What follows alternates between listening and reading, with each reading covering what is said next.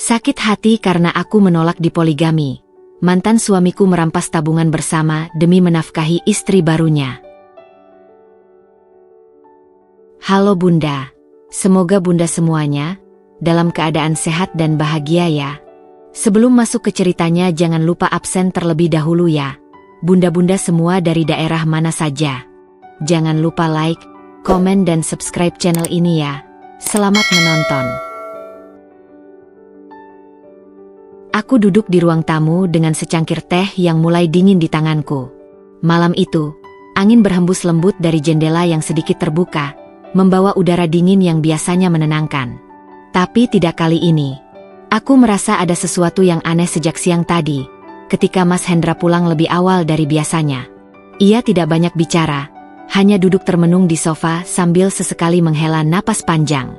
Aku tahu ada sesuatu yang mengganggunya, tapi aku memilih untuk menunggu sampai ia sendiri yang ingin berbicara. Aku menatapnya dari sudut mata, memperhatikan raut wajahnya yang tampak gelisah. Aku sudah menikah dengan Mas Hendra selama 5 tahun. Dan selama itu aku cukup mengenalnya untuk tahu bahwa setiap kali ia bersikap seperti ini, ada sesuatu yang besar yang ingin ia sampaikan. Jantungku berdegup sedikit lebih cepat. Firasatku tidak enak. Aku mencoba menenangkan diri, berpikir bahwa mungkin ini hanya soal pekerjaannya atau masalah bisnis yang sedang ia jalankan. Mas Hendra akhirnya menarik napas dalam-dalam sebelum membuka mulutnya.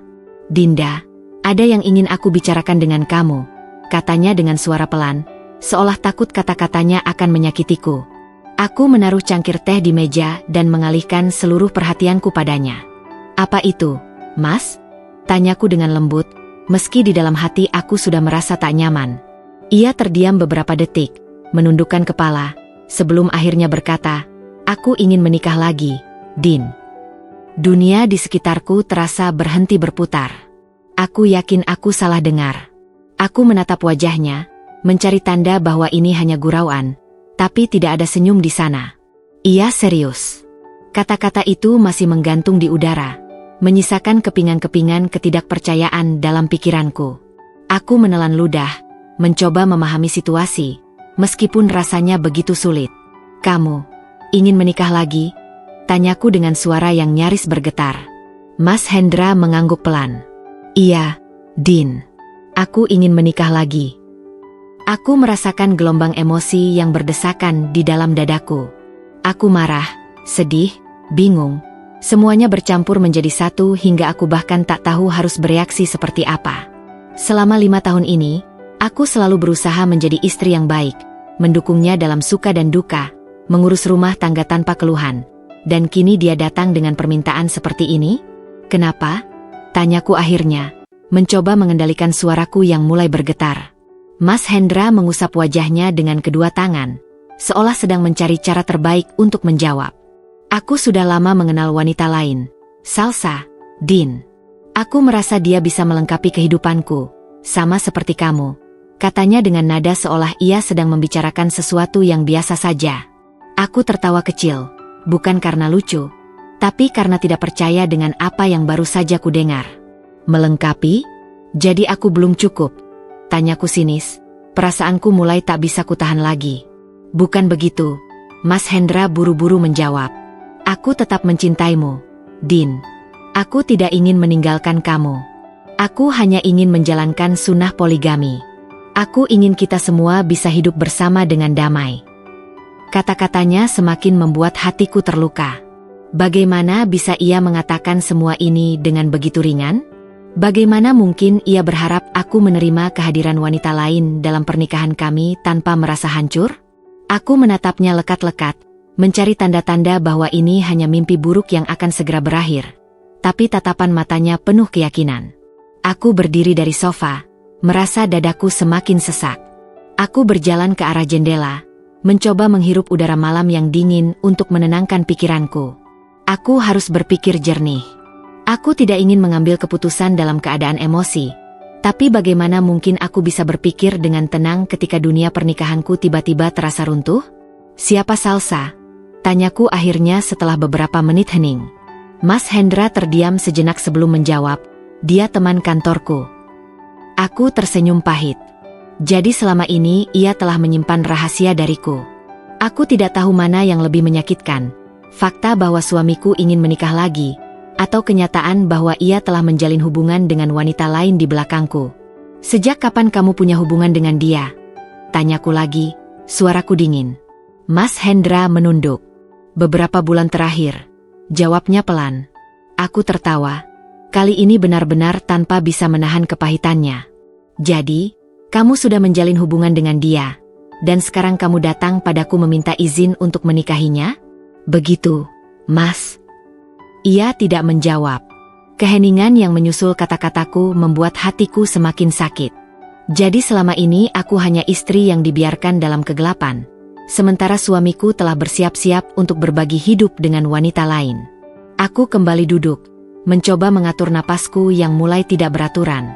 Aku ingin marah, aku ingin berteriak, aku ingin menangis. Tapi lebih dari itu, aku ingin tahu, apa yang harus kulakukan sekarang? Aku mencintai suamiku, aku telah mengorbankan banyak hal untuk pernikahan ini, dan kini ia meminta sesuatu yang hampir mustahil untuk kuterima. Dinda, aku mohon. Aku tidak ingin menyakitimu. Aku ingin kita tetap bersama, tapi aku juga ingin menikahi Salsa, kata Mas Hendra, memecah keheningan. Aku menatapnya dengan mata yang mulai berkaca-kaca. Ia tidak ingin menyakitiku, tapi ia bahkan tidak menyadari bahwa dengan kata-katanya saja, ia telah menghancurkanku berkali-kali. Aku tidak langsung menjawab. Aku butuh waktu untuk berpikir. Aku butuh waktu untuk memahami apakah aku sanggup menjalani pernikahan dengan kondisi seperti ini, atau jika ini adalah saatnya aku mempertimbangkan pilihan lain untuk kebahagiaanku sendiri. Aku bangkit dari dudukku, menatap Mas Hendra dengan tatapan yang penuh luka. Aku tidak bisa menjawab sekarang, Mas. Aku butuh waktu, kataku pelan. Mas Hendra mengangguk. Baik, aku akan menunggu. Aku menghela napas panjang sebelum melangkah ke kamar.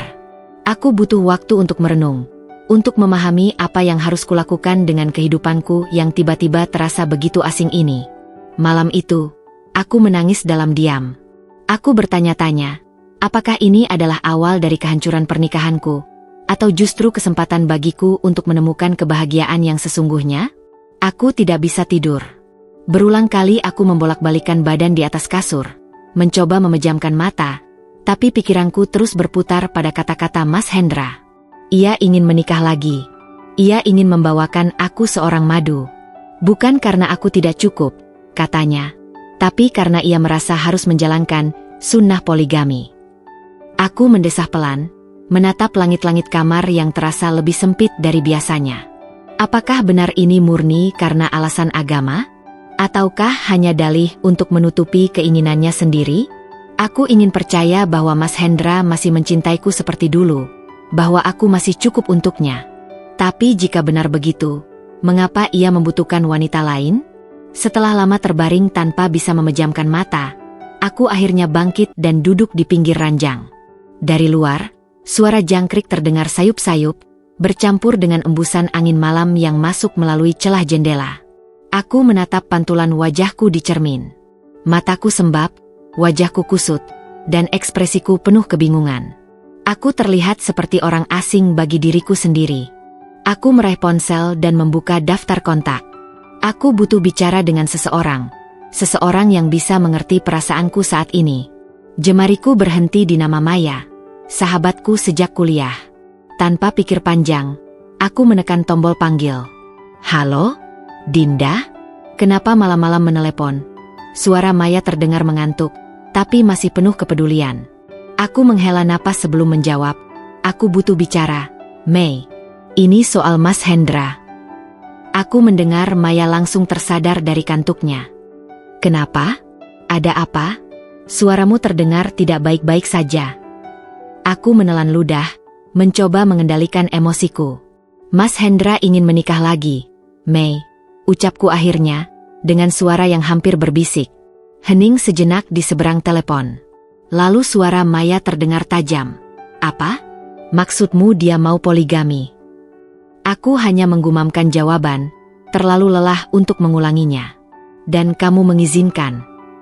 Maya bertanya lagi, suaranya penuh keterkejutan dan sedikit kemarahan. Aku belum menjawab, aku butuh waktu berpikir, jawabku jujur. Maya mendengus. Dinda, kamu sadar nggak kalau ini bukan sesuatu yang seharusnya diputuskan dengan mudah? Kamu sudah cukup tersiksa dengan keputusan ini. Aku bisa dengar dari suaramu. Jangan sampai kamu mengorbankan kebahagiaanmu hanya karena ingin mempertahankan pernikahan. Aku menggigit bibirku, merasa hati ini semakin berat. Tapi aku masih mencintai Mas Hendra, Mei. Aku takut kehilangan dia. Dan kamu nggak takut kehilangan dirimu sendiri, potong Maya cepat. Coba pikir, Din. Jika dia benar-benar mencintaimu, dia nggak akan membuatmu menderita seperti ini. Cinta yang tulus nggak seharusnya membuat seseorang merasa tidak cukup. Aku terdiam, kata-kata Maya menancap dalam di hatiku. Iya benar, aku tahu ia benar. Tapi menerima kebenaran tidak semudah itu. Ada perasaan yang terlibat, ada kenangan yang masih melekat, dan ada harapan yang belum sepenuhnya hilang. Setelah menutup telepon dengan Maya, aku masih duduk termenung di kasur. Aku teringat kata-kata ibuku, wanita yang selama ini selalu menjadi tempatku pulang. Aku tahu bahwa beliau adalah orang yang lebih bijaksana dari siapapun. Maka keesokan harinya, aku memutuskan untuk menemui beliau. Esok harinya, aku duduk di ruang tengah rumah ibu, menyesap teh hangat yang disediakan. Wajah ibuku yang mulai menua tampak penuh perhatian saat aku bercerita tentang niat Mas Hendra.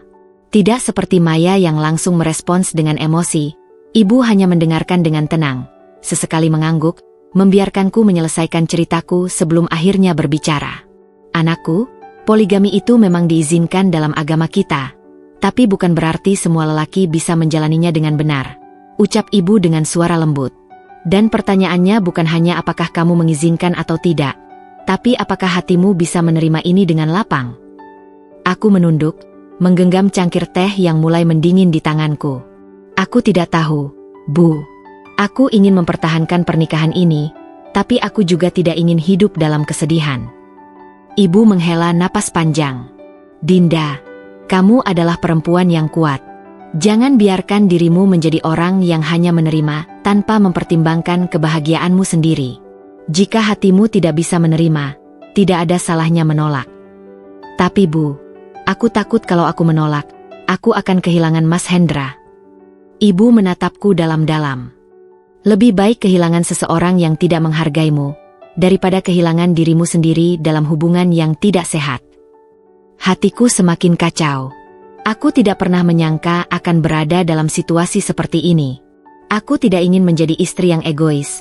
Aku ingin menjadi istri yang baik. Tapi apakah menjadi istri yang baik berarti harus mengorbankan kebahagiaan dan harga diri sendiri? Aku pulang ke rumah dengan perasaan yang lebih berat dari sebelumnya. Kata-kata ibu dan Maya masih terngiang-ngiang di kepalaku, bergema bersama suara Mas Hendra yang terus berputar di benakku. Malam itu, aku berdiri di depan cermin kamar, menatap diriku sendiri. Mata yang dulu bersinar penuh kebahagiaan kini terlihat redup dan lelah. Aku menatap diriku lama, bertanya dalam hati, apakah aku benar-benar bisa menjalani kehidupan seperti ini? Aku tahu, aku harus segera membuat keputusan. Tapi aku takut. Aku takut kehilangan pernikahan ini, meskipun aku juga takut kehilangan diriku sendiri. Di dalam hati, aku berdoa, meminta petunjuk. Aku berharap, apapun keputusan yang aku ambil nanti, itu adalah yang terbaik untuk kebahagiaanku. Tapi yang jelas, aku tidak ingin hidup dalam penderitaan. Sudah 3 hari berlalu sejak Mas Hendra mengutarakan niatnya untuk menikah lagi. Aku masih belum memberikan jawaban, dan selama 3 hari itu pula, suasana rumah menjadi lebih dingin dari biasanya. Aku lebih banyak diam, menghindari percakapan yang tidak perlu. Mas Hendra pun tampaknya mengerti bahwa aku butuh waktu, sehingga ia juga tidak memaksa atau mendesakku untuk segera memberikan keputusan. Namun, ketenangan itu semu. Di dalam hatiku, aku terus berperang dengan diri sendiri. Aku memikirkan segala kemungkinan yang akan terjadi jika aku mengizinkan poligami ini.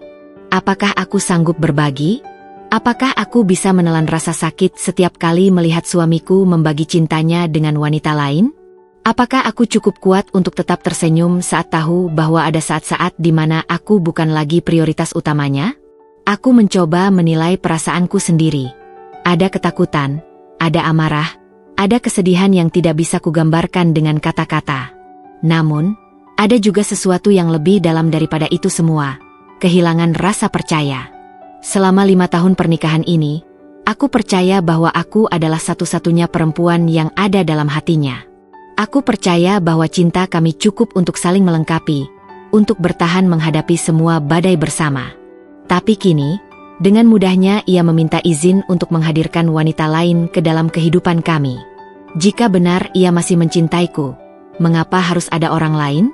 Aku tidak bisa menahan diri untuk mencari tahu lebih jauh tentang Salsa. Aku tidak pernah bertemu dengannya, hanya mengetahui namanya dari mulut Mas Hendra. Rasa penasaran dan sakit hati membawaku ke media sosial. Dan dengan sedikit usaha, aku akhirnya menemukan akun Instagram miliknya. Perempuan itu cantik.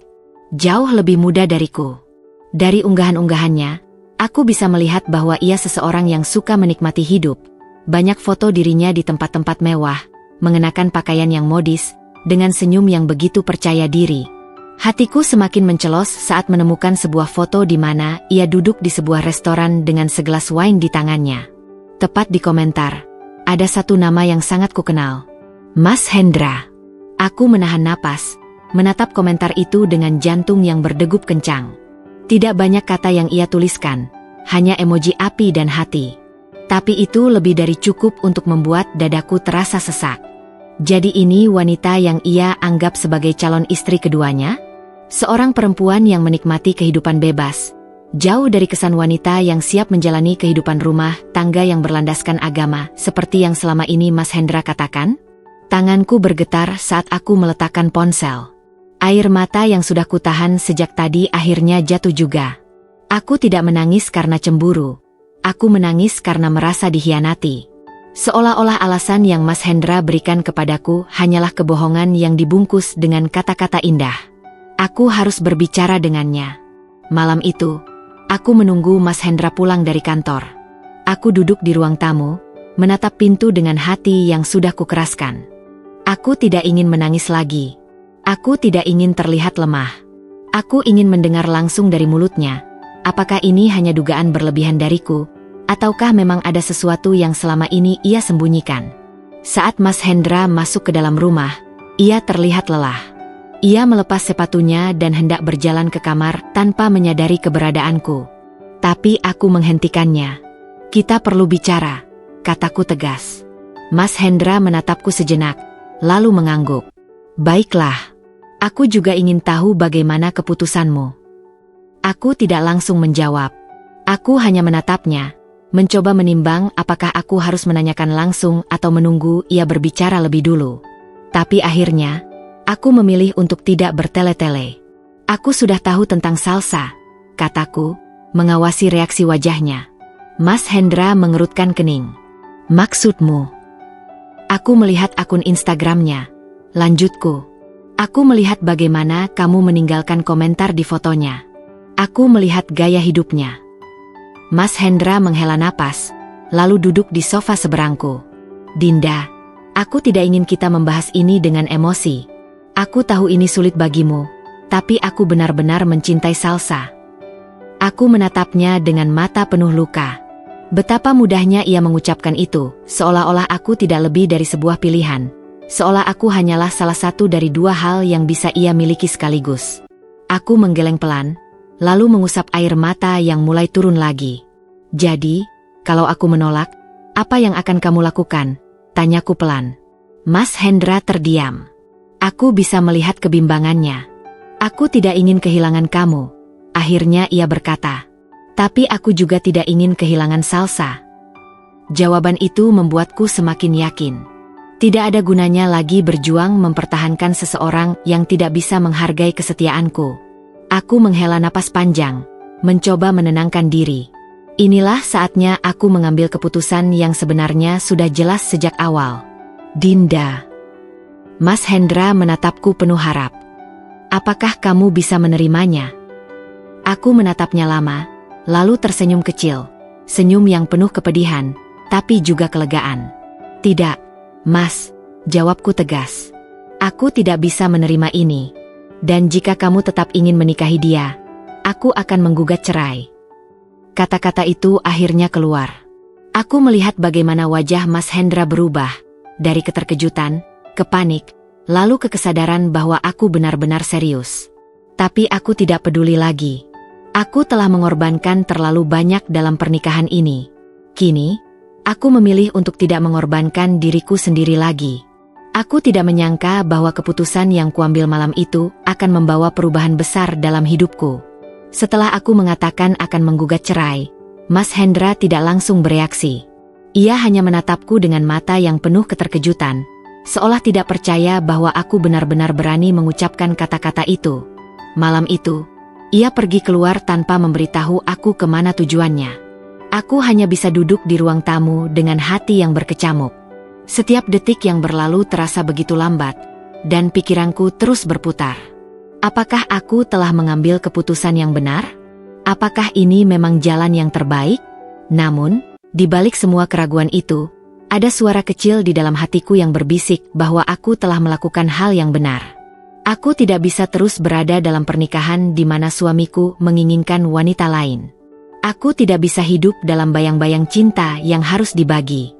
Saat akhirnya Mas Hendra pulang menjelang subuh, wajahnya terlihat kusut. Ia menatapku dengan mata yang sayu, lalu duduk di sofa tanpa berkata apa-apa.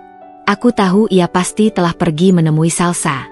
Aku nggak menyangka kamu akan sampai sejauh ini, Din, katanya akhirnya, suaranya terdengar lelah. Aku menatapnya tanpa ekspresi. Aku juga nggak pernah menyangka kita akan sampai di titik ini, Mas. Mas Hendra mengusap wajahnya. Apa kamu benar-benar yakin ingin bercerai? Kamu nggak mau mempertimbangkan lagi? Aku menghela napas panjang, menatap lantai untuk sesaat sebelum kembali menatapnya. Mas, aku sudah mengorbankan banyak hal untuk pernikahan ini. Aku sudah menutup mata saat kamu mulai berubah. Aku sudah berusaha memahami saat kamu mulai sering pulang terlambat. Tapi kalau sekarang aku juga harus menerima kehadiran wanita lain dalam rumah tangga kita, aku rasa itu sudah keterlaluan. Mas Hendra terdiam. Aku tahu ia tidak bisa membantah, karena semua yang kukatakan adalah kenyataan. Kalau aku nggak jadi menikah dengan Salsa, apakah kamu masih mau bertahan? Tanyanya pelan. Hatiku mencelos. Aku ingin percaya bahwa ia sungguh-sungguh mempertimbangkan ucapannya, tapi di saat yang sama, aku tahu bahwa itu bukanlah pertanyaan yang benar-benar tulus. Mas, pertanyaannya bukan hanya soal Salsa atau bukan, tapi soal kepercayaan yang sudah kamu hancurkan. Jawabku dengan suara yang hampir bergetar. Kalau aku memutuskan untuk tetap bertahan, bagaimana aku bisa yakin kalau beberapa bulan atau beberapa tahun ke depan kamu nggak akan melakukan hal yang sama lagi? Mas Hendra tidak langsung menjawab.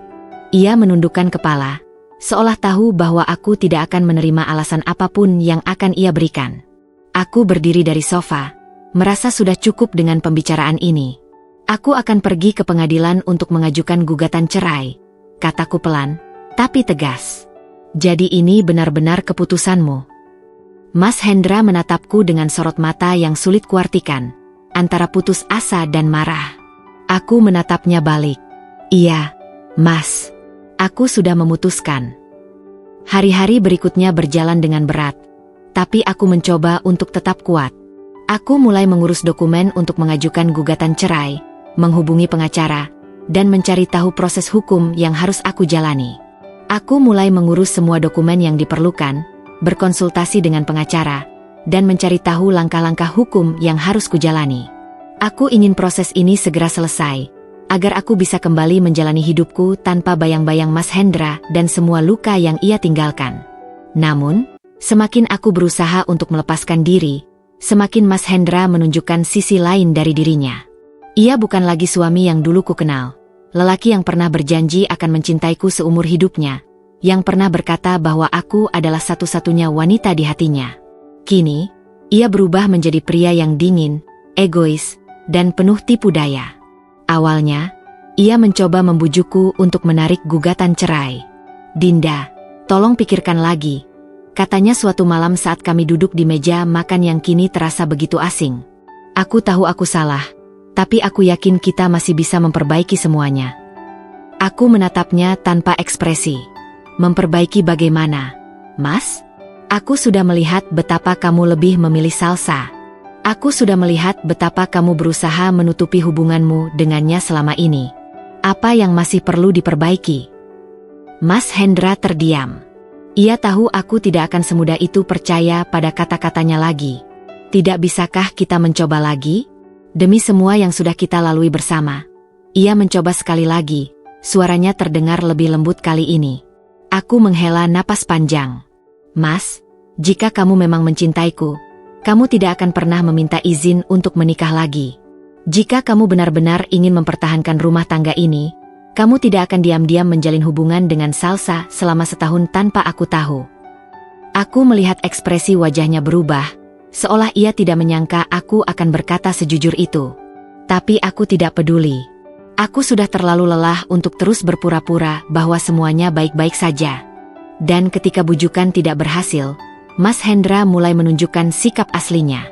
Aku baru saja pulang dari kantor pengacara ketika aku menemukan sesuatu yang membuat dadaku mencelos. Semua uang di rekening tabungan bersama kami hilang. Aku panik. Segera membuka aplikasi mobile banking untuk memastikan bahwa aku tidak salah melihat. Tapi kenyataan pahit itu terpampang jelas di depan mataku. Saldo yang sebelumnya cukup untuk menata hidupku setelah perceraian, kini nyaris kosong. Jari-jariku gemetar saat aku menekan nomor Mas Hendra. Begitu panggilan tersambung, aku langsung bertanya tanpa basa-basi. Mas, kamu kemana semua uang kita? Suaraku bergetar karena marah dan kecewa. Mas Hendra terdiam beberapa saat, lalu dengan santai ia menjawab, aku hanya mengambil bagian yang menjadi hakku. Bagian yang menjadi hakmu. Aku hampir tertawa mendengar jawabannya. Itu uang kita berdua, Mas. Aku juga bekerja. Aku juga berkontribusi. Itu bukan hanya uang kamu. Aku butuh untuk menafkahi Salsa, jawabnya tanpa rasa bersalah. Hatiku terasa seperti ditusuk pisau. Aku sudah tahu bahwa Mas Hendra telah memilih Salsa, tapi aku tidak menyangka bahwa ia akan sampai hati menghabiskan uang kami berdua untuk menafkahi wanita lain. Kamu tega, Mas, bisikku. Air mataku mulai mengalir tanpa bisa kutahan. Aku hanya melakukan apa yang aku rasa benar, katanya dengan nada dingin. Kamu sendiri yang memilih untuk bercerai, jadi jangan salahkan aku kalau aku mulai menata hidupku sendiri. Aku terdiam, tidak percaya dengan apa yang baru saja kudengar. Lelaki yang dulu kucintai kini benar-benar telah berubah menjadi seseorang yang asing. Malam itu, aku tidak bisa tidur. Aku berbaring di tempat tidur dengan mata terbuka, menatap langit-langit kamar sambil mencoba memahami bagaimana semua ini bisa terjadi. Aku mencoba mengingat kembali awal pernikahan kami, saat Mas Hendra masih menjadi pria yang penuh perhatian, yang selalu berusaha membuatku tersenyum. Bagaimana bisa ia berubah secepat ini? Apakah aku yang terlalu buta selama ini? Apakah aku yang terlalu percaya bahwa ia adalah lelaki baik? Ataukah memang sejak awal ia hanya berpura-pura? Aku menoleh ke meja di samping tempat tidur, di mana tergeletak foto pernikahan kami yang dulu begitu aku banggakan. Aku meraih bingkai itu, menatap gambarku yang tersenyum bahagia di samping lelaki yang kini telah menghancurkan hatiku. Tanpa ragu, aku meletakkan foto itu di lantai dan membaliknya. Aku tidak ingin melihatnya lagi. Aku tidak ingin terus terjebak dalam kenangan yang sudah tidak ada artinya. Aku bangkit dari tempat tidur, berjalan ke depan cermin dan menatap pantulan wajahku sendiri. Aku bukan lagi wanita yang sama seperti dulu. Aku bukan lagi Dinda yang lemah, yang rela mengorbankan dirinya demi seseorang yang tidak pantas untuk diperjuangkan. Aku menyeka air mataku, lalu menguatkan hatiku. Jika Mas Hendra pikir aku akan menyerah, ia salah besar. Besok, aku akan menemui pengacaraku lagi. Aku akan memastikan bahwa aku mendapatkan hakku. Aku tidak akan membiarkan laki-laki seperti Mas Hendra mempermainkanku lagi. Dan yang lebih penting, aku akan memastikan bahwa ia mendapatkan balasan atas semua yang telah ia lakukan padaku. Aku tidak pernah membayangkan bahwa perceraianku dengan Mas Hendra akan berjalan semulus ini. Kukira, setelah bertahun-tahun hidup bersama, ia masih memiliki sedikit rasa hormat untuk menyelesaikan semuanya dengan baik-baik. Namun, aku salah besar. Sejak aku mengajukan gugatan cerai, ia semakin menunjukkan bahwa ia bukan lagi pria yang dulu kucintai. Aku duduk di kantor pengacaraku, menatap daftar aset yang seharusnya menjadi hakku. Ada rumah yang kami tinggali bersama, ada kendaraan, dan ada tabungan yang kini sudah dikuras habis oleh Mas Hendra. Aku menghela napas panjang. Jadi, secara hukum, apakah aku masih bisa mendapatkan bagianku dari harta bersama? Tanyaku pada pengacara yang duduk di seberangku. Pak Arman, pengacaraku, mengangguk pelan. Tentu saja. Berdasarkan hukum pernikahan, semua aset yang diperoleh selama masa pernikahan seharusnya dibagi dua. Tapi karena suami Anda sudah menarik semua uang di rekening bersama, kita harus membuktikan bahwa dana tersebut memang berasal dari harta bersama, bukan harta pribadinya. Aku mengepalkan tangan di pangkuanku. Mas Hendra bilang dia pakai uang itu untuk menafkahi Salsa. Kataku, suara yang biasanya lembut kini terdengar penuh amarah. Pak Arman menghela napas, lalu menatapku dengan tenang. Itu bisa menjadi bukti bahwa ia menyalahgunakan harta bersama untuk kepentingan pribadi. Kita bisa menjadikan itu sebagai poin dalam gugatan. Tapi, Anda harus siap, karena sepertinya dia tidak akan tinggal diam. Aku mengangguk. Aku sudah siap. Jika Mas Hendra ingin bermain kotor, maka aku tidak akan tinggal diam. Beberapa hari setelah pertemuanku dengan pengacara, aku menerima telepon dari nomor yang tidak dikenal. Awalnya, aku ragu untuk mengangkatnya, tapi pada akhirnya aku menggeser layar ponsel dan menempelkannya ke telinga. Halo. Dinda. Suara seorang wanita terdengar di seberang. Suaranya lembut, tetapi ada nada penuh kemenangan di dalamnya. Aku langsung tahu siapa yang menelepon. Siapa? Salsa? Gumamku pelan. Benar, katanya dengan nada manis yang terdengar palsu. Aku ingin bicara baik-baik denganmu, sebagai sesama wanita. Aku nyaris tertawa mendengar kata-katanya. Sesama wanita? Wanita yang telah merebut suamiku kini ingin berbicara baik-baik denganku? Apa yang mau kamu bicarakan? Tanyaku dingin. Aku ingin kamu mencabut gugatan cerai. Hendra tidak pantas mendapatkan ini, katanya santai, seolah ia memiliki hak untuk menyuruhku melakukan sesuatu. Aku terdiam, mencoba memahami keberanian perempuan ini. Aku menggelengkan kepala meskipun ia tidak bisa melihatnya. Jadi, setelah kalian menghabiskan uang kami, sekarang kamu ingin aku tetap mempertahankan pernikahan ini? Atau maksudmu, aku harus pergi dengan tangan kosong agar kalian bisa bahagia? Salsa tertawa kecil. Dinda, kamu harus menerima kenyataan. Hendra mencintaiku. Kalau kamu benar-benar mencintai dia, kamu seharusnya rela melepaskannya dengan baik-baik. Darahku mendidih. Aku menggenggam ponsel erat-erat, menahan diri agar tidak melontarkan kata-kata kasar. Dengar, Salsa. Aku tidak akan mundur. Aku tidak akan mencabut gugatan ini. Dan kalau kamu pikir aku akan membiarkan kalian berdua mengambil semuanya dariku, kamu salah besar. Sebelum ia sempat membalas, aku menutup telepon. Dadaku naik turun karena emosi. Aku tak menyangka perempuan itu memiliki keberanian untuk menghubungiku dan memintaku menyerah begitu saja. Tidak, aku tidak akan menyerah. Aku akan memastikan mereka membayar untuk semua yang telah mereka lakukan padaku. Proses persidangan berjalan semakin panas. Mas Hendra mulai menyerang balik dengan tuduhan-tuduhan yang tidak masuk akal. Ia mengatakan bahwa aku istri yang tidak peduli, bahwa aku hanya memikirkan uang, bahwa aku tidak pernah mendukungnya. Aku hanya bisa menahan tawa miris setiap kali mendengar kebohongan demi kebohongan yang ia lontarkan di depan hakim. Sementara itu, aku membawa bukti bahwa ia telah menggunakan uang kami untuk menafkahi Salsa.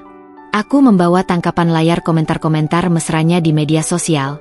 Aku membawa rekaman percakapanku dengan Salsa yang menunjukkan bahwa mereka telah merencanakan semuanya sejak lama. Mas Hendra mulai kelabakan. Aku bisa melihat ketakutan di matanya saat pengacaraku membeberkan bukti demi bukti. Untuk pertama kalinya, ia menyadari bahwa aku bukan wanita lemah yang bisa ia permainkan seenaknya. Dan Salsa, perempuan itu bahkan tidak berani muncul di pengadilan.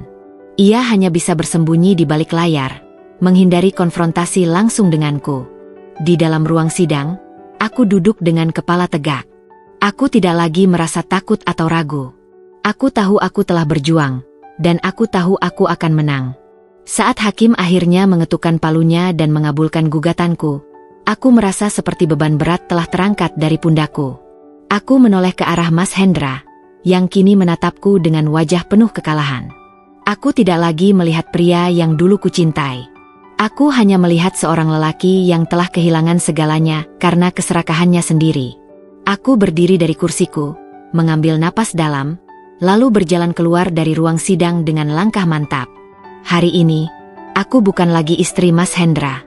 Hari ini, aku adalah wanita yang bebas. Dan aku tahu, ini baru permulaan. Karma akan menyusul mereka, dan aku akan ada di sini untuk menyaksikannya. Hari itu, ketika aku melangkah keluar dari ruang sidang, langit terasa lebih cerah dari biasanya. Udara yang kuhirup terasa lebih ringan, seakan-akan dunia ikut merayakan kebebasanku.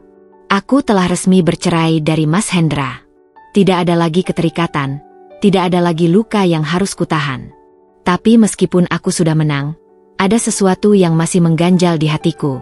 Aku kehilangan banyak hal selama pernikahan ini, bukan hanya harta yang telah dikuras oleh Mas Hendra, tetapi juga waktu, tenaga, dan air mata yang telah kuberikan selama bertahun-tahun. Aku bertanya-tanya, apakah keadilan benar-benar berpihak padaku?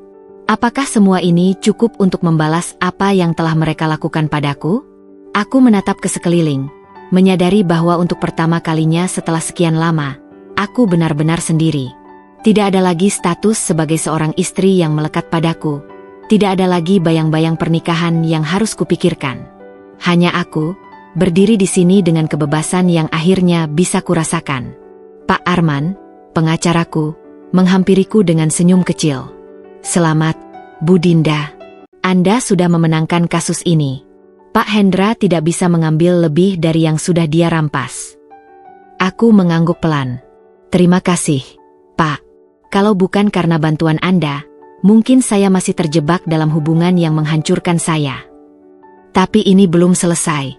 Lanjutnya, kita masih bisa menuntut Pak Hendra atas penyalahgunaan harta bersama. Itu akan menjadi langkah hukum yang lebih panjang. Tapi jika Anda mau, kita bisa melakukannya. Aku menghela napas panjang. Aku ingin melanjutkan hidupku, ingin melupakan semua luka ini, tapi di saat yang sama, aku ingin mereka belajar dari kesalahan mereka. Aku ingin memastikan bahwa mereka tidak bisa lolos begitu saja setelah menghancurkan hidupku. Aku berpikir sejenak, lalu berkata, kita lakukan. Aku tidak akan membiarkan dia lolos begitu saja. Pak Arman mengangguk, dan aku bisa melihat kepuasan di matanya. Ia tahu bahwa aku telah menjadi wanita yang jauh lebih kuat daripada sebelumnya. Beberapa minggu setelah perceraian, hidupku mulai kembali normal. Aku kembali fokus pada pekerjaanku, kembali menjalani hari-hari tanpa perlu memikirkan Mas Hendra. Tapi seperti yang sudah kuduga, kehidupan mereka tidak berjalan semulus yang mereka bayangkan. Aku mendengar kabar bahwa Mas Hendra mulai mengalami kesulitan keuangan. Setelah kehilangan sebagian aset dalam perceraian, ia terpaksa mencari pinjaman untuk tetap memenuhi kebutuhan hidupnya bersama Salsa. Salsa, yang selama ini menikmati hidup mewah dari uangku, kini mulai merasakan betapa sulitnya hidup tanpa kestabilan finansial. Aku tidak bisa menahan senyum ketika mendengar kabar itu dari salah satu temanku. Jadi, sekarang mereka mulai merasakan akibatnya. Tanyaku sambil menyeruput teh hangat di sebuah kafe tempat kami bertemu. Iya, temanku mengangguk. Kabarnya, bisnis Mas Hendra juga mulai menurun. Banyak orang yang enggan bekerja sama dengannya setelah tahu skandalnya. Aku tertawa kecil. Aku tidak perlu membalas mereka dengan tangan sendiri. Karma sudah bekerja dengan sendirinya. Namun, kejutan terbesar datang beberapa minggu kemudian. Suatu malam, aku menerima telepon dari nomor yang tidak dikenal. Awalnya aku ragu untuk mengangkatnya, tapi akhirnya aku menekan tombol hijau di layar ponselku. Halo. Suara di seberang terdengar familiar, meskipun terdengar lebih lemah dari yang kuingat. Dinda, ini aku, Hendra. Aku membeku. Tidak pernah kusangka bahwa setelah semua yang terjadi, ia masih berani menghubungiku. Ada apa? Tanyaku dingin. Aku butuh bantuanmu, katanya dengan suara putus asa. Aku nyaris tertawa mendengar kata-katanya. Setelah semua yang ia lakukan padaku, kini ia meminta bantuanku? Bantuan apa yang kamu maksud? Tanyaku, pura-pura tidak mengerti. Aku kehilangan semuanya, Din. Uang yang aku ambil dari rekening kita dulu. Semuanya habis. Bisnis sedang hancur. Dan Salsa, dia mengancam akan meninggalkanku kalau kondisiku seperti ini terus. Aku menutup mata, menghirup napas panjang sebelum menjawab. Jadi, kamu mengorbankan pernikahan kita demi wanita yang akhirnya akan meninggalkanmu. Aku menyesal, Din. Aku benar-benar menyesal. Aku salah. Aku bodoh. Aku nggak tahu harus kemana lagi. Aku menggelengkan kepala meskipun ia tidak bisa melihatnya. Aku tidak merasakan belas kasihan sedikitpun. Aku tidak lupa bagaimana ia mengkhianatiku, bagaimana ia dengan bangga memilih Salsa di atasku, bagaimana ia menghabiskan uang kami tanpa memikirkan masa depanku. Kamu mencari aku hanya karena kamu sedang dalam masalah, bukan karena kamu benar-benar menyesal, kataku tajam. Dan maaf, Mas Hendra, aku bukan lagi wanita bodoh yang akan menyelamatkanmu. Sebelum ia bisa berkata apa-apa lagi, aku menutup telepon. Aku menatap ponselku, merasa lega untuk pertama kalinya dalam waktu yang lama. Setelah telepon dari Mas Hendra malam itu, aku merasa lega, tapi juga penuh renungan. Aku tidak pernah menyangka hari di mana ia mengemis bantuanku akan tiba begitu cepat. Jika dulu aku mungkin akan menangis mendengar keadaannya, sekarang aku hanya merasa bahwa dunia sedang mengajarkan pelajaran berharga kepadanya. Aku kembali menjalani hari-hariku dengan lebih tenang. Tidak ada lagi ketakutan, tidak ada lagi luka yang terus menganga. Aku lebih fokus pada pekerjaanku, dan yang paling penting, aku mulai mencintai diriku sendiri lagi. Tapi meskipun aku sudah melangkah maju, bayangan masa lalu masih sesekali datang menghantui. Aku sering bertanya-tanya, bagaimana bisa aku dulu begitu buta? Bagaimana bisa aku tidak melihat tanda-tanda pengkhianatan yang jelas ada di depan mataku? Suatu sore, aku duduk di teras rumah, menatap langit yang mulai berubah warna menjelang senja. Aku menyesap teh hangat di tanganku, membiarkan pikiranku melayang jauh. Saat itulah aku mendapat pesan dari seorang teman lama, Rina. Dinda, kamu gak akan percaya ini. Aku dengar Mas Hendra hidup susah setelah uang mereka habis. Dia sekarang kerja serabutan. Katanya si nyesel udah mertahanin rumah tangga kalian. Aku menatap layar ponselku cukup lama sebelum akhirnya tersenyum kecil. Jadi, inilah akhirnya mereka. Tapi aku tidak merasa puas. Aku tidak merasa harus tertawa atas penderitaannya. Aku hanya merasa bahwa dunia ini benar-benar berputar. Dan siapa yang berbuat jahat pasti akan menerima balasannya. Aku membalas pesan Rina singkat. Aku nggak kaget. Semua yang dibangun di atas pengkhianatan nggak akan bertahan lama. Beberapa hari kemudian, aku bertemu Rina di sebuah kafe. Kami mengobrol panjang, membicarakan banyak hal, termasuk masa laluku yang kini terasa seperti bagian dari hidup yang lain. Dinda, aku bangga banget sama kamu, kata Rina sambil tersenyum.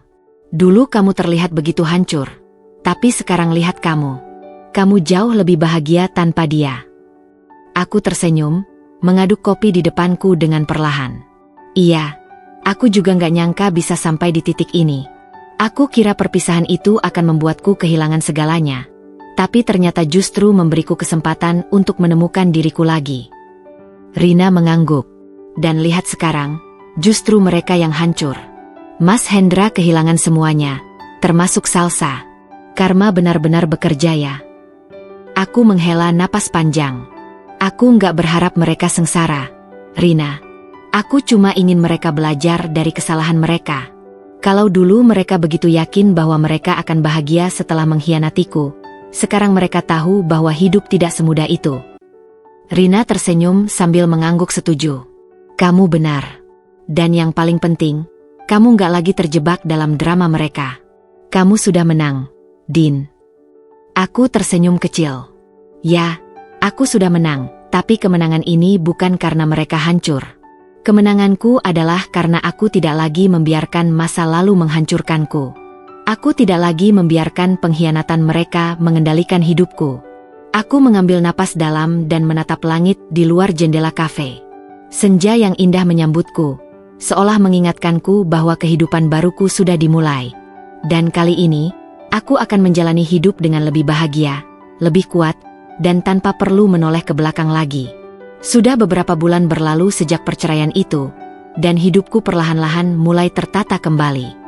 Aku sudah tidak lagi memikirkan Mas Hendra dan Salsa. Mereka hanyalah bagian dari masa laluku, bab yang telah kututup dengan rapat. Aku lebih fokus pada diriku sendiri, pada kebahagiaan yang selama ini kulupakan saat masih menjadi istri yang terjebak dalam pernikahan yang penuh kebohongan. Setiap pagi, aku bangun tanpa beban, tanpa perlu memikirkan apakah suamiku sedang berselingkuh, tanpa perlu cemas apakah hartaku sedang ia kuras untuk wanita lain. Tapi meskipun aku sudah melangkah maju, dunia sepertinya belum selesai memberiku kejutan. Sore itu, aku sedang berjalan di pasar ketika seseorang memanggil namaku. Dinda. Aku menoleh dan terkejut melihat siapa yang berdiri di sana. Salsa. Wajahnya tampak lebih tirus, kulitnya kusam, dan pakaian yang ia kenakan jauh dari kesan mewah yang dulu selalu ia pamerkan. Tidak ada lagi make up tebal di wajahnya, tidak ada lagi senyum kemenangan yang dulu selalu ia tunjukkan kepadaku. Ia berdiri di depanku dengan tatapan ragu, seolah tidak yakin apakah aku akan mendengarkan apa yang ingin ia katakan. Aku tidak tahu harus berkata apa. Aku tidak menyangka akan bertemu dengannya dalam keadaan seperti ini. Aku hanya berdiri diam, menunggu apa yang akan ia lakukan. Salsa membuka mulut, lalu menundukkan kepala. Aku minta maaf, Dinda. Aku tetap diam. Aku ingin tahu apa yang sebenarnya ingin ia katakan. Aku benar-benar menyesal, lanjutnya dengan suara lirih. Aku pikir aku bisa bahagia dengan Hendra. Aku pikir dia akan mencintaiku selamanya, bahwa kami akan hidup nyaman. Tapi ternyata, semua itu hanya kebohongan. Aku menatapnya tanpa ekspresi. Aku sudah mendengar kabar bahwa ia kini hidup susah, bahwa ia ditinggalkan Mas Hendra setelah uang mereka habis. Tapi aku tidak pernah menyangka ia akan datang kepadaku untuk meminta maaf. Dinda, aku nggak punya siapa-siapa lagi, katanya pelan. Aku kehilangan segalanya. Hendra tidak bisa menafkahiku seperti yang dulu ia janjikan, dan aku terpaksa kerja serabutan untuk bertahan hidup. Aku salah, aku benar-benar salah. Aku menarik napas dalam. Dulu, mungkin aku akan merasa puas melihatnya seperti ini. Tapi sekarang, aku hanya merasa bahwa inilah akibat dari pilihan yang ia buat sendiri. Aku tidak perlu melakukan apapun untuk membalasnya. Dunia sudah memberikan pelajaran kepadanya. Aku nggak punya dendam sama kamu, Salsa, kataku akhirnya. Tapi aku juga nggak punya alasan untuk merasa kasihan. Salsa mengangguk pelan. Matanya berkaca-kaca, dan aku bisa melihat bahwa ia benar-benar menyesali semua yang telah terjadi. Tapi aku tidak bisa mengubah apapun untuknya. Itu bukan tugasku. Terima kasih karena mau mendengarku, katanya sebelum pergi meninggalkanku di tengah pasar. Aku menghela napas panjang. Aku tidak tahu apakah maafnya itu tulus atau hanya karena ia sedang terpuruk. Tapi yang jelas, aku tidak lagi peduli. Aku sudah terlalu jauh melangkah untuk kembali memikirkan mereka. Hari-hari berlalu, dan aku semakin sibuk membangun kehidupanku yang baru. Aku lebih banyak menghabiskan waktu untuk mengembangkan diriku sendiri, mencari kebahagiaan yang tidak bergantung pada siapapun. Aku mulai menulis, membagikan pengalamanku di media sosial, dan tanpa kusadari, banyak orang yang terinspirasi oleh perjalananku. Aku sering mendapatkan pesan dari wanita-wanita yang mengalami nasib serupa denganku. Mereka merasa tersentuh oleh ceritaku, oleh perjuanganku untuk bangkit setelah dihancurkan oleh pengkhianatan. Dinda, bagaimana caranya kamu bisa sekuat ini? Aku selalu tersenyum setiap kali membaca pertanyaan seperti itu.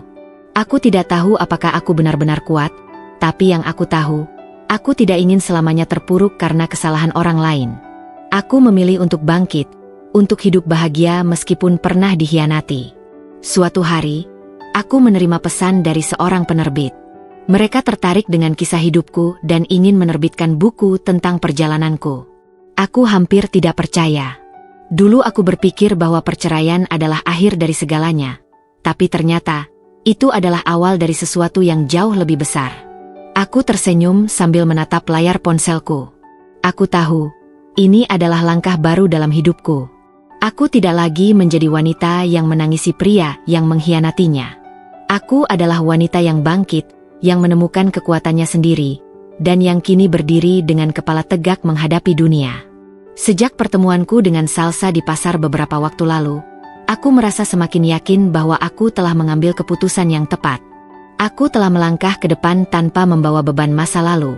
Sementara mereka yang dulu mengkhianatiku kini harus menghadapi konsekuensi dari pilihan mereka sendiri. Namun, aku tahu bahwa perjalanan hidupku belum selesai. Perceraian bukanlah akhir dari segalanya. Itu adalah awal dari sesuatu yang baru. Aku harus mencari tahu apa arti kebahagiaan bagiku sekarang, setelah semua luka yang telah kutinggalkan di belakang. Hari-hariku mulai diisi dengan kesibukan baru. Tawaran dari penerbit untuk menulis buku membuatku bersemangat. Aku mulai menuangkan kisahku dalam lembaran demi lembaran, menuliskan semua yang telah kulewati, dari kebahagiaan semu dalam pernikahanku, luka karena pengkhianatan, hingga kebangkitan yang akhirnya membawaku ke titik ini.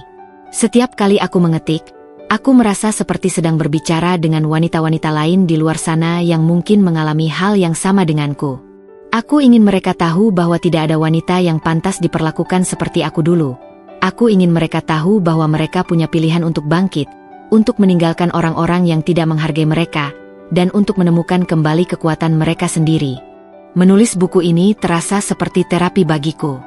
Aku bisa menuangkan semua emosiku tanpa rasa takut, tanpa tekanan, tanpa perlu berpura-pura kuat di depan siapapun. Aku hanya perlu jujur, menceritakan semuanya apa adanya. Tapi meskipun aku sibuk dengan proyek ini, aku tidak melupakan kebahagiaanku sendiri. Aku mulai lebih sering bepergian, mencoba hal-hal baru yang dulu tidak pernah terpikirkan saat masih menjadi istri yang hanya memikirkan rumah tangga dan suami. Aku belajar memasak makanan dari berbagai negara, mengikuti kelas yoga, dan bahkan mencoba mendaki gunung. Sesuatu yang dulu aku takut lakukan, tapi ternyata begitu menyenangkan. Aku merasa hidup kembali. Suatu sore, aku duduk di sebuah kafe sambil menikmati secangkir kopi. Di depanku, laptop terbuka dengan naskah buku yang hampir selesai. Aku tersenyum puas, merasa bangga pada diriku sendiri. Tiba-tiba, seseorang berdiri di dekat mejaku. Aku mendongak dan melihat seorang pria dengan senyum ramah. "Maaf, ini kursi kosong," tanyanya sambil menunjuk kursi di seberangku. Aku mengangguk. "Silakan." Pria itu duduk dan mulai membaca bukunya sendiri. Aku kembali fokus pada tulisanku. Tapi sesekali aku meliriknya dari balik layar laptop. Ada sesuatu dalam cara dia membawa dirinya yang terasa berbeda. Tidak seperti pria-pria lain yang pernah kutemui. Setelah beberapa saat, ia menutup bukunya dan menatapku. "Kamu terlihat serius sekali," katanya sambil tersenyum. Aku tersenyum kecil.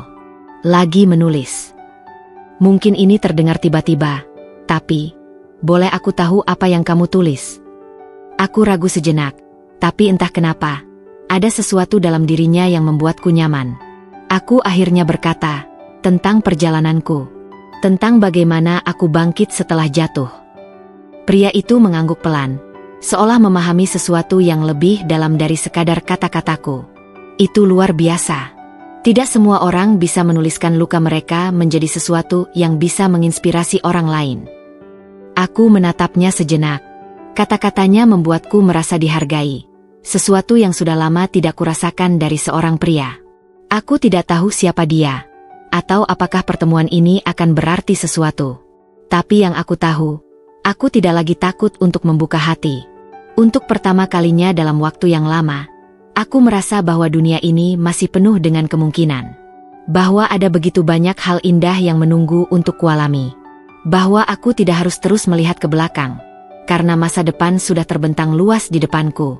Dan kali ini, aku akan menjalaninya dengan penuh keberanian.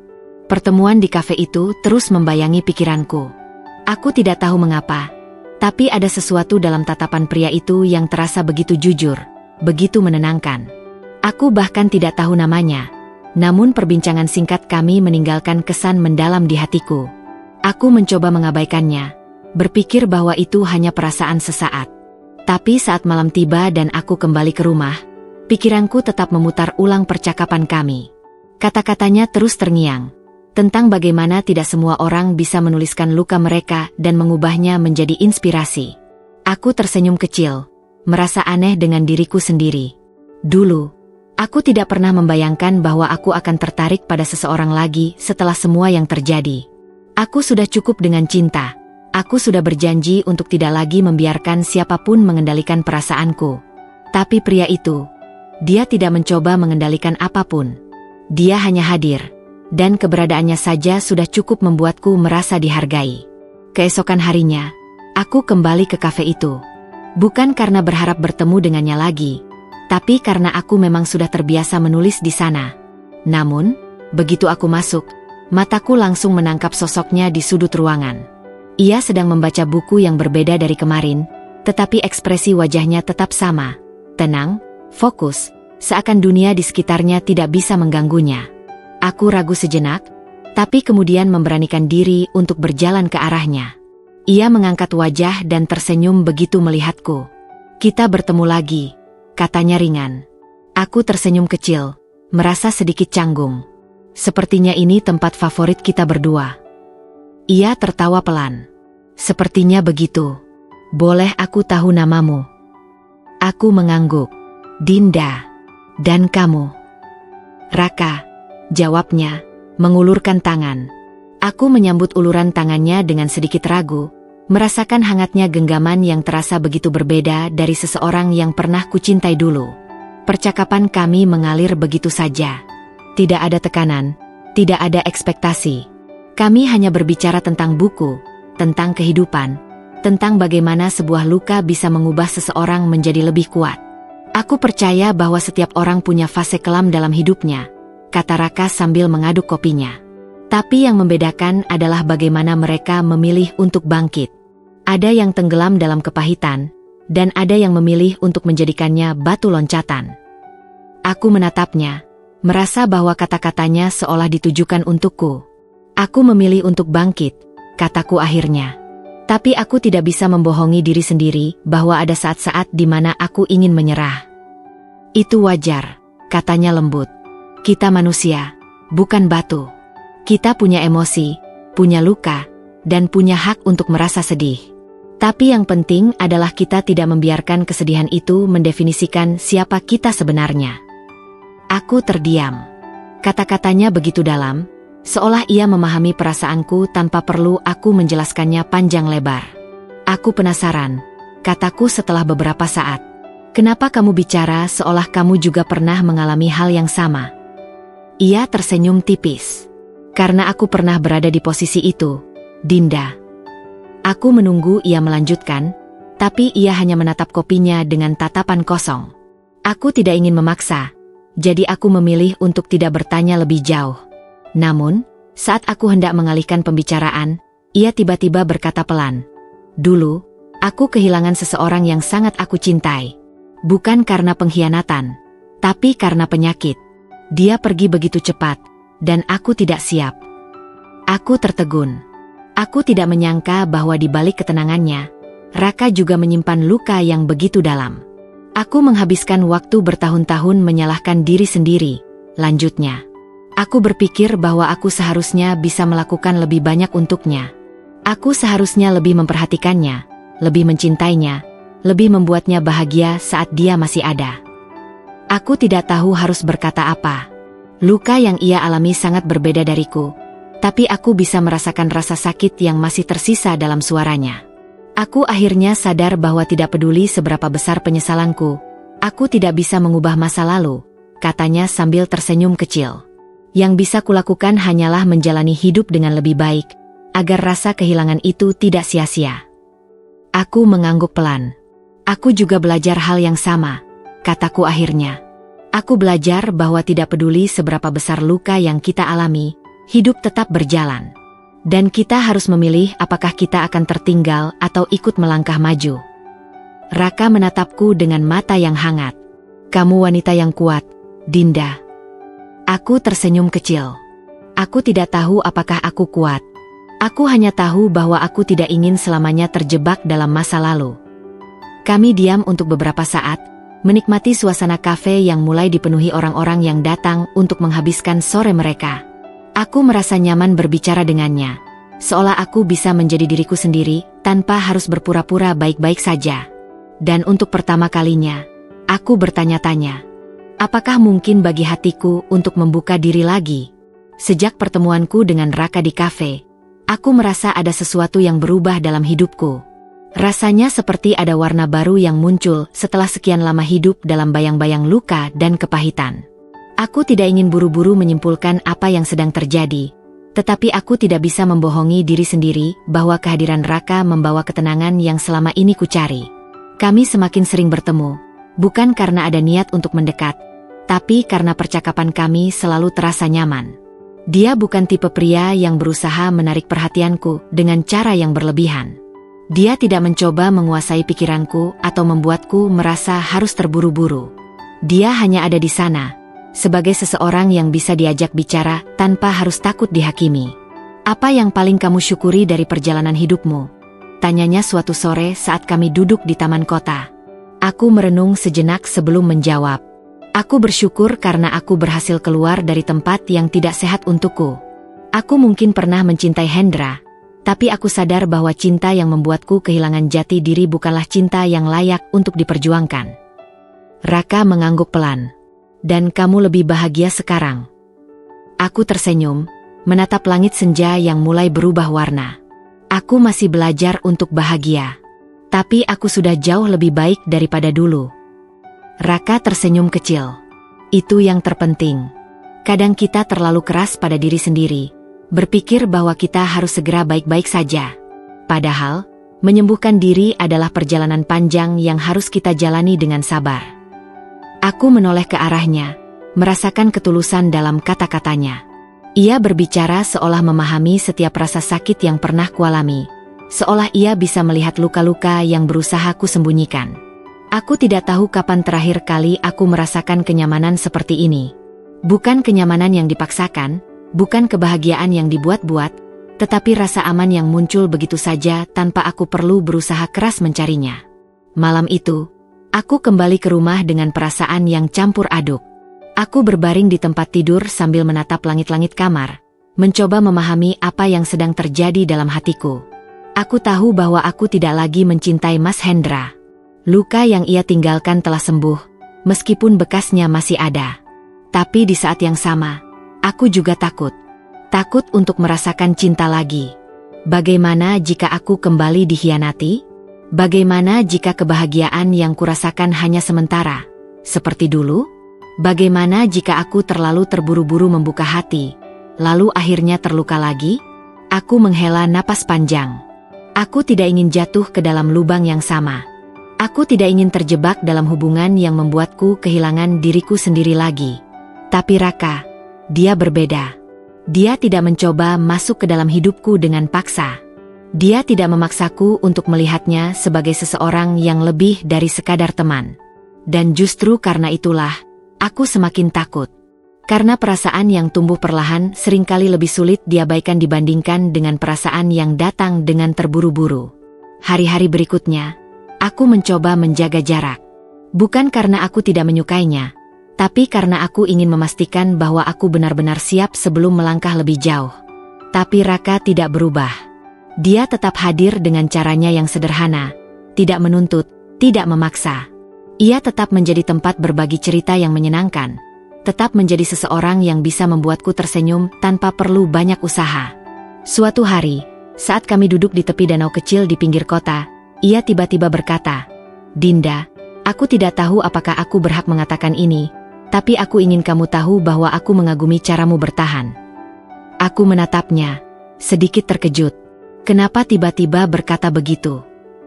Raka tersenyum kecil, menatap air yang beriak pelan di hadapan kami. Karena aku tahu tidak mudah untuk bangkit setelah dikhianati. Tidak mudah untuk percaya lagi setelah dikecewakan. Tapi kamu berhasil melakukannya. Dan bagiku, itu sesuatu yang luar biasa. Aku tidak tahu harus berkata apa. Kata-katanya menyentuh sesuatu dalam hatiku yang selama ini kusembunyikan. "Jangan terburu-buru, Dinda," lanjutnya pelan. "Aku tidak meminta apapun darimu. Aku hanya ingin kamu tahu bahwa ada seseorang di dunia ini yang melihatmu bukan sebagai wanita yang pernah terluka, tapi sebagai wanita yang luar biasa karena telah berhasil bangkit." Hatiku terasa hangat. Untuk pertama kalinya dalam waktu yang lama, aku merasa bahwa mungkin mungkin aku tidak perlu takut lagi. Setelah percakapan itu, aku mulai menyadari sesuatu yang selama ini berusaha kuabaikan, bahwa mungkin aku benar-benar mulai membuka hati lagi. Bukan karena aku ingin buru-buru mencari pengganti, bukan pula karena aku takut sendirian. Tapi karena kehadiran Raka membuatku merasa bahwa aku layak untuk dicintai dengan cara yang benar, tanpa harus mengorbankan diriku sendiri. Namun, di saat aku mulai berdamai dengan perasaanku, bayangan masa lalu tiba-tiba muncul kembali. Seolah semesta ingin mengujiku, aku mendengar kabar tentang Mas Hendra dan Salsa dari seorang teman lama yang masih sering berpapasan dengan mereka. Rumah tangga mereka tidak seindah yang mereka kira, kata temanku saat kami bertemu di sebuah acara. Salsa sering mengeluh tentang bagaimana Hendra tidak bisa menafkahinya dengan layak. Katanya, dia menyesal telah meninggalkan pekerjaannya demi menikah. Aku hanya tersenyum tipis, tidak ingin menunjukkan terlalu banyak emosi. Aku sudah tidak lagi peduli pada mereka, tetapi mendengar kabar itu tetap memberiku pemahaman baru tentang kehidupan. Jadi, sekarang dia merasakan apa yang dulu aku rasakan? Tanyaku, lebih kepada diriku sendiri. Temanku mengangguk. Sepertinya begitu. Dan Hendra, dia bukan lagi pria yang dulu kamu kenal. Dia terlihat semakin terpuruk. Bisnisnya tidak berjalan lancar, dan banyak orang menjauhinya. Aku menarik napas dalam. Aku tidak merasa bahagia mendengar penderitaan mereka, tapi aku juga tidak bisa menyangkal bahwa ini adalah konsekuensi dari pilihan mereka sendiri. Aku pernah memberi Hendra kesempatan untuk mempertahankan rumah tangga kami, bahkan mengizinkannya untuk menikah lagi dengan harapan dia bisa berlaku adil. Tapi apa yang dia lakukan? Dia mengkhianatiku, mengambil hartaku, dan mengorbankan kebahagiaan keluarganya demi egonya sendiri. Dan sekarang, ia harus menghadapi hasil dari apa yang telah ia tanam. Malam itu, aku merenung lama di kamar. Aku menatap layar laptopku yang masih terbuka dengan naskah buku yang hampir selesai. Aku menulis kisah hidupku dengan jujur, tanpa menutupi luka atau mengubah fakta. Aku ingin buku ini menjadi bukti bahwa seorang wanita bisa bangkit dari keterpurukan, bahwa kita selalu punya pilihan untuk meninggalkan tempat yang tidak lagi membuat kita bahagia. Saat aku menutup laptop dan bersiap tidur, ponselku bergetar. Sebuah pesan masuk dari nomor yang sudah lama tidak kulihat. Hendra Dinda, bisakah kita bertemu? Aku ingin bicara. Aku menatap pesan itu lama. Perasaan di dadaku bercampur aduk. Dulu, mungkin aku akan langsung setuju, masih terikat oleh emosi dan harapan bahwa segalanya bisa diperbaiki. Tapi sekarang, aku sudah bukan lagi Dinda yang dulu. Tanpa ragu, aku mengetik balasan singkat. Aku rasa tidak ada lagi yang perlu dibicarakan, Mas. Aku sudah berdamai dengan masa lalu, dan aku harap kamu juga bisa melakukan hal yang sama. Beberapa saat kemudian, ada tanda bahwa pesanku telah dibaca. Namun, tidak ada balasan. Dan aku tahu, itu lebih dari cukup. Keesokan harinya, aku bertemu dengan Raka di kafe yang biasa kami kunjungi. Aku belum menceritakan tentang pesan dari Hendra, tetapi entah bagaimana, Raka bisa merasakan bahwa ada sesuatu yang mengganggu pikiranku. Kamu terlihat berbeda hari ini, katanya sambil menatapku lekat-lekat. Aku tersenyum kecil. Hanya seseorang dari masa lalu mencoba menghubungiku. Raka tidak bertanya lebih jauh. Ia hanya mengangguk pelan, lalu berkata, "Dan kamu sudah tahu jawabanmu?" Aku mengangguk. Aku sudah memberinya jawaban tadi malam. Aku yakin itu jawaban yang benar, katanya dengan senyum lembut. Terkadang, masa lalu mencoba kembali bukan karena kita masih membutuhkannya, tapi karena ia ingin menguji apakah kita benar-benar telah melangkah ke depan. Aku terdiam sejenak, mencerna kata-katanya. Raka selalu memiliki cara untuk mengubah sesuatu yang rumit menjadi begitu sederhana. Aku tidak ingin kembali ke masa lalu, kataku akhirnya. Aku sudah terlalu jauh melangkah untuk berbalik arah. Raka tersenyum, dan untuk pertama kalinya sejak lama, aku merasa benar-benar bebas. Tidak ada lagi bayang-bayang Hendra, tidak ada lagi keraguan tentang apakah aku telah membuat keputusan yang benar. Yang ada hanya aku, dan masa depanku yang mulai terbentang luas di hadapanku. Sejak malam itu, aku merasa bebanku semakin ringan. Tidak ada lagi bayangan Mas Hendra yang menghantuiku, tidak ada lagi keraguan tentang masa laluku. Aku telah melewati fase tergelap dalam hidupku, dan kini aku melangkah ke fase baru yang lebih cerah. Namun, kehidupan selalu punya cara untuk menguji keyakinan seseorang. Meski aku telah menutup pintu bagi masa laluku, ternyata Hendra belum sepenuhnya menyerah. Suatu sore, ketika aku baru saja pulang dari sebuah acara diskusi buku, aku melihat seseorang berdiri di depan pagar rumahku. Aku mengenali sosok itu bahkan sebelum dia berbalik. Mas Hendra. Aku menghela napas panjang sebelum berjalan mendekatinya. Ada apa, Mas? Tanyaku dengan suara datar. Dia menatapku dengan mata yang sedikit sayu, seolah menahan banyak hal yang ingin dikatakannya. Dinda, aku hanya ingin bicara sebentar. Kumohon. Aku menimbang sejenak. Aku tahu bahwa aku tidak berkewajiban untuk mendengarkan penjelasannya. Tapi di sisi lain, aku ingin melihat seberapa jauh ia telah berubah, atau apakah ia tetap orang yang sama seperti dulu. Aku membuka pagar dan mengisyaratkan agar dia masuk. Kami duduk di teras. Suasana di antara kami terasa canggung. Dulu, mungkin aku akan merasakan gelombang emosi yang bergejolak jika bertemu dengannya. Tapi kini, aku hanya merasa hambar. Dinda, aku ingin meminta maaf, katanya akhirnya. Aku tahu aku telah melakukan kesalahan besar. Aku menyesali semuanya. Aku tidak seharusnya memperlakukanmu seperti itu. Aku menatapnya tanpa ekspresi. Menyesal? Ulangku pelan. Kenapa baru sekarang, Mas? Dia menunduk, seolah mencari jawaban di lantai teras rumahku. Aku pikir dulu aku melakukan hal yang benar. Aku pikir dengan menikahi Salsa, aku akan lebih bahagia. Tapi ternyata, semua itu hanya ilusi. Aku kehilangan segalanya. Din. Bisnisku hancur. Salsa tidak seperti yang kubayangkan. Dia terus menuntutku, dan aku tidak bisa membahagiakannya. Aku tidak tahu apakah aku harus merasa kasihan atau justru bersyukur bahwa ia akhirnya merasakan konsekuensi dari perbuatannya. Aku bukan orang yang sama lagi, lanjutnya. Aku ingin memperbaiki semuanya. Aku ingin kita kembali seperti dulu. Aku menahan tawa pahit. Bagaimana mungkin dia masih berpikir bahwa semuanya bisa kembali seperti dulu? Setelah semua luka yang ia berikan, setelah semua air mata yang kucurahkan, bagaimana mungkin ia berpikir bahwa aku masih memiliki tempat untuknya di hatiku?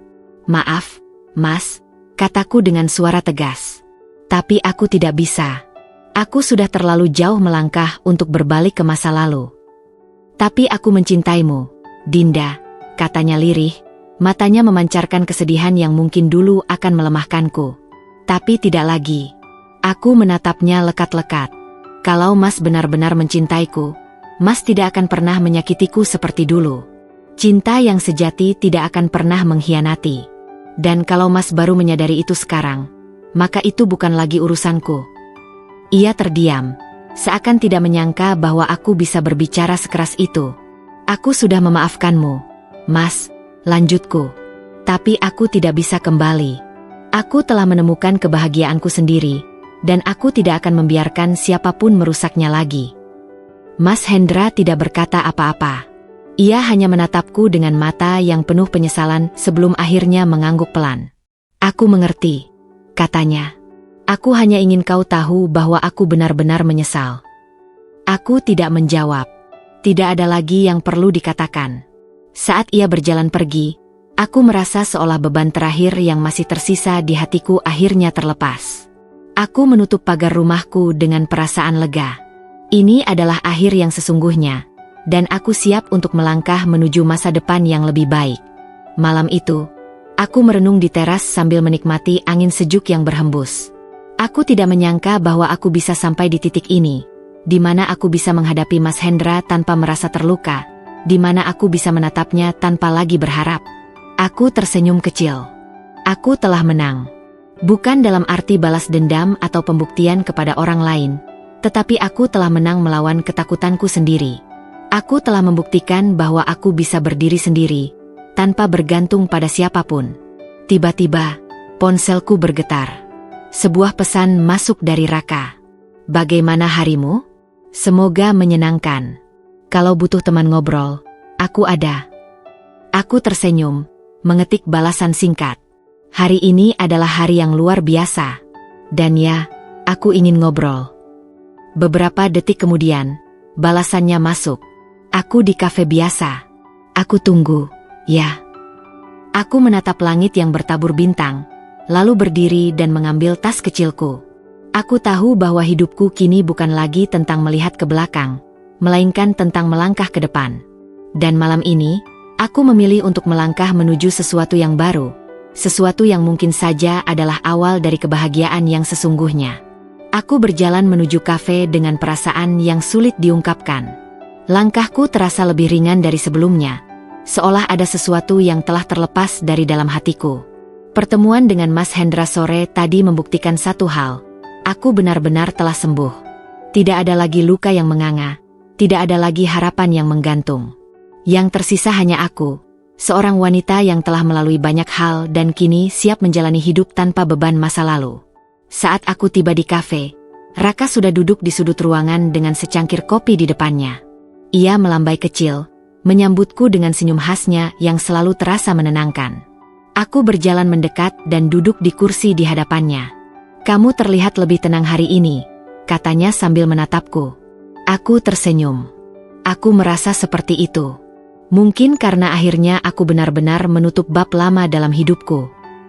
Raka mengangkat alis, seolah menunggu penjelasan lebih lanjut. Aku mengambil napas dalam sebelum menceritakan pertemuanku dengan Mas Hendra sore tadi. Bagaimana ia datang dengan penyesalan, bagaimana ia mengungkapkan keinginannya untuk kembali, dan bagaimana aku dengan tegas menolaknya. "Aku bangga padamu," kata Raka setelah mendengar ceritaku. "Tidak semua orang bisa benar-benar melepaskan masa lalu. Banyak yang masih terjebak dalam bayang-bayangnya, bahkan setelah bertahun-tahun." Aku menatapnya dalam-dalam. Dulu, aku juga takut melepaskan. Aku pikir, jika aku bisa bertahan sedikit lebih lama, semuanya akan membaik. Tapi sekarang aku tahu bahwa tidak semua hal bisa diperbaiki, dan tidak semua orang layak untuk diberi kesempatan kedua. Raka mengangguk. "Dan yang terpenting, kamu tahu bahwa kebahagiaanmu tidak tergantung pada siapapun." Aku tersenyum. "Ya, aku tahu." Kami berbicara lebih lama malam itu, tentang banyak hal, tentang impianku, tentang pekerjaanku, dan bahkan tentang buku yang sedang kutulis. Raka selalu menjadi pendengar yang baik, dan aku menyukai caranya menghargai setiap kata yang kuucapkan. Saat malam semakin larut, kami akhirnya memutuskan untuk pulang. Raka mengantarku sampai ke depan rumah, seperti biasa. Tapi kali ini, ada sesuatu yang berbeda dalam cara kami berpamitan. "Dinda," panggilnya sebelum aku masuk ke dalam rumah. Aku berbalik, menatapnya dengan rasa penasaran. "Aku tidak ingin terburu-buru, tapi aku ingin kamu tahu satu hal," katanya pelan. "Aku menyukaimu." Jantungku berdebar. Aku sudah menduga bahwa perasaan ini ada, tapi mendengarnya langsung darinya tetap membuat hatiku bergetar. "Aku tidak meminta jawaban sekarang," lanjutnya. "Aku hanya ingin kamu tahu bahwa aku ada di sini, dan aku tidak akan pergi kemana-mana." Aku menatapnya lama sebelum akhirnya tersenyum. "Terima kasih, Raka. Aku menghargai itu." Ia tersenyum, lalu berbalik pergi. Aku menatap punggungnya hingga ia menghilang di kejauhan, lalu menghela napas panjang. Aku tahu bahwa hidupku sedang menuju arah yang baru. Aku tidak tahu kemana perjalanan ini akan membawaku, tapi untuk pertama kalinya dalam waktu yang lama, aku merasa siap untuk membuka hati lagi. Dan kali ini, aku tidak lagi takut. Pagi itu, aku terbangun dengan perasaan yang berbeda. Ada ketenangan yang menyelimuti hatiku, seolah aku benar-benar telah melepaskan semua beban yang selama ini menahanku. Aku menatap keluar jendela, melihat cahaya matahari yang perlahan menyapu dedaunan di halaman rumah. Dulu, aku sering menghabiskan pagi dengan pikiran yang kalut, dihantui oleh pertanyaan-pertanyaan tentang masa lalu dan keputusan-keputusan yang telah kuambil. Tapi hari ini, tidak ada lagi penyesalan, tidak ada lagi ketakutan. Aku hanya merasa bebas. Aku melangkah ke dapur, menyiapkan secangkir teh sambil membuka ponselku. Pesan dari Raka masuk, menanyakan apakah aku ingin sarapan bersama di kafe dekat rumah. Aku tersenyum kecil, merasakan kehangatan menjalar dalam hatiku. Sejak pernyataannya malam itu, Aku belum benar-benar memikirkan jawabannya. Bukan karena aku ragu, tapi karena aku ingin memastikan bahwa perasaanku benar-benar berasal dari hati, bukan sekadar pelarian dari luka lama. Aku membalas pesannya dengan singkat. Baik, aku akan ke sana sebentar lagi. Saat aku tiba di kafe, Raka sudah menungguku di meja yang biasa kami duduki. Ia tersenyum hangat saat melihatku, lalu menarik kursi untukku seperti yang selalu ia lakukan. Ada sesuatu dalam caranya memperlakukanku yang membuatku merasa dihargai. Sesuatu yang tidak pernah benar-benar aku rasakan sebelumnya. Kamu kelihatan bahagia pagi ini, katanya sambil menyeruput kopinya. Aku mengangguk. Aku memang bahagia. Aku merasa lega, bebas. Raka tersenyum, matanya menatapku dengan lembut. Aku senang mendengarnya. Kami menghabiskan pagi itu dengan mengobrol santai. Aku menceritakan rencanaku untuk menerbitkan buku pertamaku, sesuatu yang telah lama kutunda karena berbagai alasan. Raka mendukung penuh keputusanku, bahkan menawarkan bantuan jika aku membutuhkannya. Saat sarapan hampir selesai, ia menatapku dengan serius. Dinda, boleh aku bertanya sesuatu? Aku mengangkat alis, memberi isyarat agar ia melanjutkan. Kamu sudah memikirkan tentang apa yang aku katakan tadi malam? Aku menarik napas dalam. Aku tahu bahwa pertanyaan ini akan datang, dan aku juga tahu bahwa aku tidak bisa menghindarinya selamanya. Tapi kali ini, aku tidak merasa takut untuk menjawabnya. Aku sudah memikirkannya, kataku pelan, dan aku ingin mencoba. Ekspresi Raka berubah menjadi sesuatu yang sulit dijelaskan, campuran antara kebahagiaan, kelegaan, dan mungkin sedikit keterkejutan. Kamu yakin? Tanyanya, seolah ingin memastikan bahwa aku benar-benar siap. Aku mengangguk. Ya, aku tidak ingin lagi hidup dalam bayang-bayang masa lalu. Aku ingin melangkah maju, dan aku ingin melihat kemana jalan ini akan membawaku. Raka tersenyum lebar, lalu mengulurkan tangannya di atas meja. Aku menatapnya sejenak sebelum akhirnya meletakkan tanganku di atas tangannya. Sentuhannya terasa hangat, dan untuk pertama kalinya dalam waktu yang lama, aku merasa bahwa aku tidak sendirian. Hari itu, aku menyadari satu hal yang sangat penting. Aku berhak bahagia. Setelah semua yang kulalui, setelah semua luka dan air mata, aku pantas mendapatkan cinta yang tulus, cinta yang tidak menyakitkan. Dan kali ini, aku memilih untuk tidak lagi menutup hati. Aku memilih untuk menerima kebahagiaan yang datang kepadaku, tanpa rasa takut. Aku memilih untuk mencintai, dan dicintai dengan cara yang benar.